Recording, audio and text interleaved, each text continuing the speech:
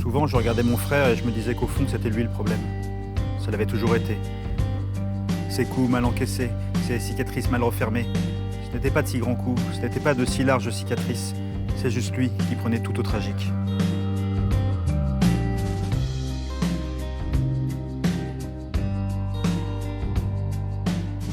Bienvenue à vous, merci de votre fidélité à la bibliothèque Vagabonde qui fait halte aujourd'hui au Café Théâtre Le Bacchus à Rennes. Une scène de théâtre, le décor idéal pour parler du dernier roman de notre invité. Bienvenue Olivier Adam. Dessous les roses vient de sortir chez Flammarion. Il est en effet découpé en 3 actes avec différentes scènes, unité de lieu, unité d'action, le tout sur 3 jours. Pourquoi ce choix de la forme théâtrale ? Parce que je voulais resserrer vraiment la focale sur les relations entre les personnages et être dans la vitalité du présent, quoi. Donc c'est 2 frères et une sœur qui se retrouvent pour l'enterrement de leur père. Et ce qui m'intéressait, c'était la manière dont ils interagissent, ce qu'ils ont à se dire. Au fond, pendant 3 jours, ils vont essayer de se dire ce qu'ils ont sur le cœur.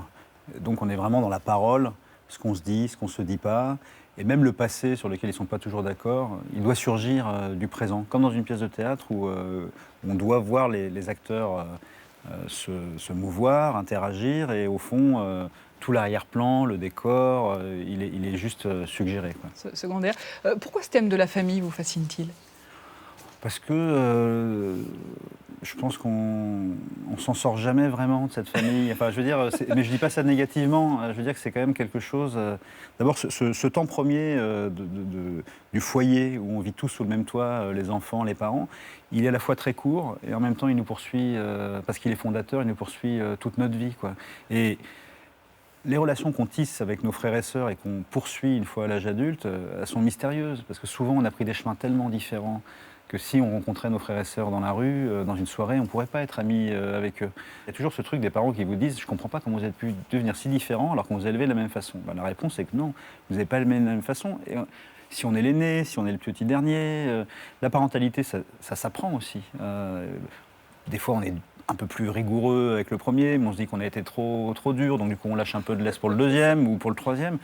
Donc finalement, les ressentis ne sont pas les mêmes. Et puis les souvenirs, de toute façon, c'est la matière la plus équivoque qui soit. Paul, le frère qui s'est le plus éloigné de sa famille, est cinéaste. Et sa famille semble assez mal vivre finalement le fait qu'il utilise, qu'il se serve de ses proches comme matériau d'inspiration. Vous aussi, est-ce que, comme le dit Antoine, qui est un des personnages du livre, vous vampirisez votre entourage pour créer ? Comme tous les artistes, on s'arroge un droit et un pouvoir, alors qu'en face, ils n'ont pas vraiment la possibilité de répondre. Donc moi, je voulais travailler cette question, c'est-à-dire d'un côté, la légitimité de l'auteur, cinéaste, metteur en scène, qui revendique une liberté totale de mentir, d'utiliser sa vie, d'utiliser ses proches, de tordre la vérité, parfois de révéler des choses. Et de l'autre côté, une position tout aussi légitime des proches qui se sentent heurtés, blessés, jetés en pâture. Et vous, vos proches, comment ils réagissent justement ? C'est parce que c'est complexe que j'en ai fait un livre, quoi. Voilà. Mais moi, je voulais que dans ce livre-là, le lecteur soit le juge. Je voulais faire entendre les différents points de vue et en fonction de la sensibilité de ce qu'il touche plus du lecteur, il jugera que Paul exagère de faire ça ou au contraire que c'est sa famille qui exagère de lui reprocher. Merci beaucoup Olivier Adam. Jetons à présent un œil du côté du tiroir des jeunes lecteurs. Zoom sur le premier album solo du costard-mauricain Hervé Le Goff, qui d'habitude dessine pour les autres. Dans Poil de mammouth, il évoque la différence et la difficulté de grandir avec un petit mammouth sans un poil sur le caillou, dont les congénères se moquent. C'est tendre, drôle et publié chez Flammarion Jeunesse. Ne manquez pas non plus cet album collector, Charles, un amour de dragon, du Finistérien Alex Cousseau, avec les illustrations de Philippe-Henri Turin. Une compilation de 2 histoires de ce dragon poète aux ailes de géant, histoire à écouter aussi dans une version lue par Dominique Pinon. C'est au Seuil Jeunesse. Olivier, dans quelle place tenait la lecture dans votre enfance ? Elle tenait une place importante, mais le truc, c'est que mes parents étaient des grands lecteurs, qui avaient beaucoup de livres à la maison et que j'ai toujours su que c'était un lieu pour moi, la littérature. Simplement, j'ai mis un peu de temps parfois à trouver la porte d'entrée. Ça s'est fait plutôt à l'adolescence et à travers la littérature contemporaine, en fait. Voilà. Mais mes petits, je me souviens des Trois Brigands, des livres d'Arnold Lebel. Je lisais aussi beaucoup de bandes dessinées. Je passais énormément de temps à la bibliothèque municipale. La bibliothèque municipale, c'est génial, c'est gratuit. On peut se tromper, on peut emprunter des livres que finalement on n'aimera pas et découvrir des livres qu'on aimera. Et ça, c'est comme ça que j'ai fait mon chemin. Moi. Poursuivons les confidences avec notre nouvelle rubrique En un mot. J'écris beaucoup dans les cafés en ce moment. J'aime bien que la vie nourrisse les livres et j'aime bien que l'écriture elle-même se fasse au milieu de la vie.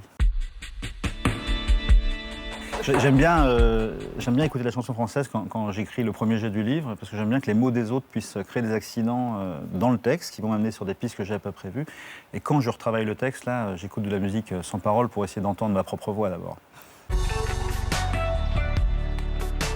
Roman, c'est une écriture qui pour moi, d'abord, elle est faite pour mon cerveau, c'est comme ça que je m'exprime le mieux. Et puis, c'est une écriture beaucoup plus riche que l'écriture du scénario, qui est passionnante mais extrêmement technique et aride.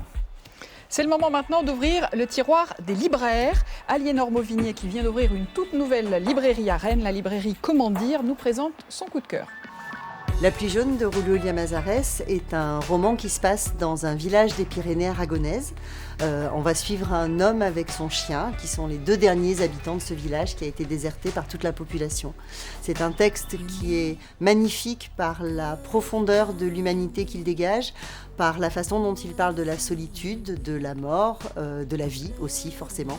Et c'est pour moi un des plus grands textes de la littérature mondiale. Et vous, Olivier Adam, quel livre fétiche nous avez-vous apporté? Alors, c'est pas un livre fétiche, mais c'est un livre d'un de mes auteurs fétiches. J'en ai plein, de Jean-Paul Dubois à Modiano, mais là, c'est Lionel Duroy. Et c'était d'autant plus adapté que c'est un livre où, une fois de plus, il travaille sur sa famille et sur la manière dont ses enfants le voient et dont chacun a ressenti son enfance de manière très différente, en fait. Voilà. Donc encore en écho à votre roman Dessous les roses. Merci Olivier Adam de votre présence. Merci aussi au Bacchus pour leur accueil. La bibliothèque se referme jusqu'au mois prochain. En attendant, retrouvez toutes les références des livres dont nous vous avons parlé sur notre site internet. Très belle lecture à tous.